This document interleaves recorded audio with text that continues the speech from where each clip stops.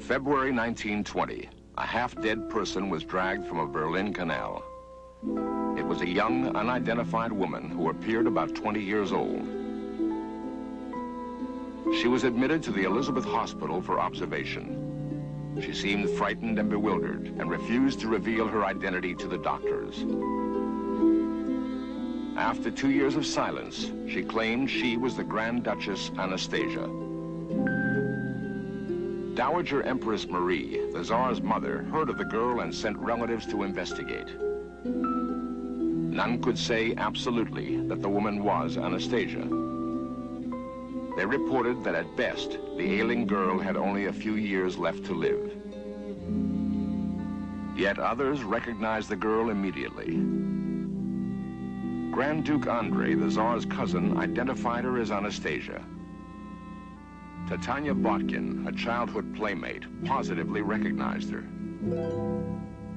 For them and others, there was no doubt that the woman was Anastasia. The identity of the woman who claimed to be Anastasia became the subject of a vicious feud among the surviving Romanovs. Political intrigue and the prospect of a huge inheritance played a major role in the dispute. For the next 20 years, her life was unpredictable and erratic. She spent much of her time in and out of hospitals. She was pursued and celebrated by American high society. She lived for years as a guest of European royalty. Yet still, she had no official identity. Trapped in a Russian zone during World War II, the supposed Anastasia was rescued by a former German prince and given a small house in the Black Forest.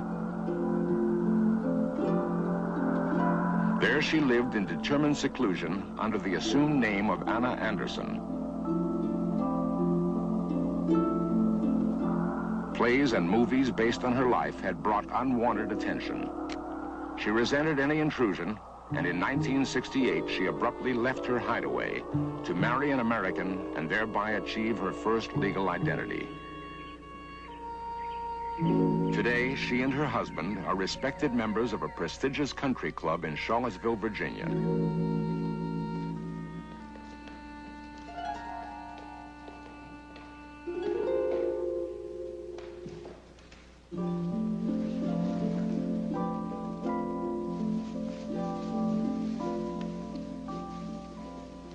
I am John E. Manahan of Charlottesville, Virginia, and this is my wife, the Grand Duchess Anastasia of Russia. We were married on December 27th, 1968. And we've been living here in Charlottesville and have made a number of trips around the country since. I know a lot of people are wondering, how are we to believe that you are Anastasia? How shall I tell you who I am? In which way? Can you tell me that? Can you really prove to me who you are? I can prove who I am. You can believe it or you don't believe it. It doesn't matter. In no any way whatsoever. Those people who hear these mass, they get up in the bed or go to sleep when they're sleeping. They don't know what to hear or what to see, and they are not interested. Recently, compelling new evidence has added support to the claim that Anna Anderson Manahan is the Grand Duchess Anastasia. In a house nearly concealed by untended bushes, the Manahans live a slow and rarely interrupted life. Her numerous cats are now Mrs. Manahan's main concern. Mr. Manahan is a retired history professor with a passionate interest in royal genealogy. This is a picture, she's coming, I think. Here is Anastasia, as she was in 1929. And these are the parakeets that were brought from Honolulu by Princess Xenia of Russia after she came on the Berengaria the year after the Prince of Wales had come on the same ship. And this is the calendar, the Russian imperial calendar, showing the four sisters, the Tsar, the Tsarina, and the Tsarevich. This is about 1913 from Russia. My cat must die for all these. Sure, absolutely. Come on, sit down. This is the book, Russian America, about the sale of Alaska. Just have a seat. And the fire. Don't put the hat on. Take the hat off. I don't. I keep that hat on. Sit in the yellow chair, if you will. In which chair? Take the hat. That's dark. No, sit in this yellow chair right here. I don't sit there. You're going to sit in that chair. All right, that's her favorite chair to sit in. But can you see her in that chair? Yes. Take the hat off. I won't. All right, now let me see what else we have to show. Now over here are Maria and Tatiana, and I think this is Maria. And I think this tall one is Tatiana. Now actually their hair was all closer to the red that you see of the... Without your glasses, can you tell these apart? It's not very easy to do, is it? This is a rather unfamiliar thing, and it's in color. But I say Maria, Anastasia, Tatiana, Tsarina, Tsar, Tsarevich, and Olga seated. And I'm pretty sure that's Olga, although she looks smaller than the others. She was actually the oldest. I believe that's the way. We've gone over this quite often, and I think that's what we settled. In 1967, the now Mrs. Manahan made a rare public appearance outside her Black Forest home. A German court was expected to rule at any time on her long-standing claim to be the Grand Duchess Anastasia. Her court case alone had made legal history. Lasting 32 years, it was the longest-running legal battle of the century and drew much attention. She was represented by some of Germany's most eminent lawyers who virtually donated their services. Members of European aristocracy spent small fortunes trying to disprove her claim. In the end, the verdict was unsatisfactory to both sides. The Supreme Court finally ruled that her identity as Anastasia had been neither proved nor refuted. Ian Lilburn, a research historian, was present at much of the Anastasia trial. He is the acknowledged expert on the case.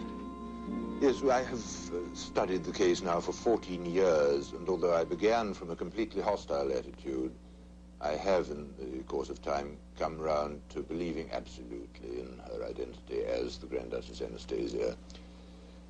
It's not so much the evidence. There is a vast amount of circumstantial evidence in her favor, but the little details and anecdotes, which in themselves mean nothing in a court of law, are vastly impressive to anyone who has experienced them in her presence, the spontaneity of her remarks and her whole bearing and manner.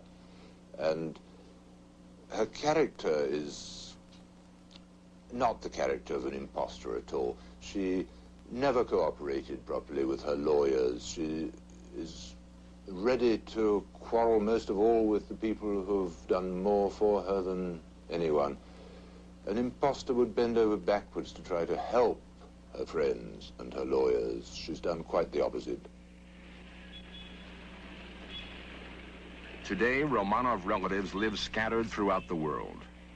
Grand Duke Vladimir spends part of each year in Paris.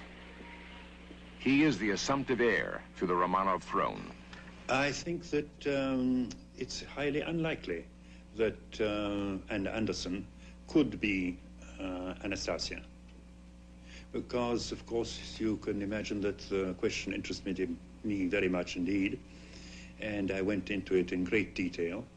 And for many reasons, I think, which would be rather too long to enumerate here, I eventually came to the conclusion that she couldn't possibly be my cousin Anastasia.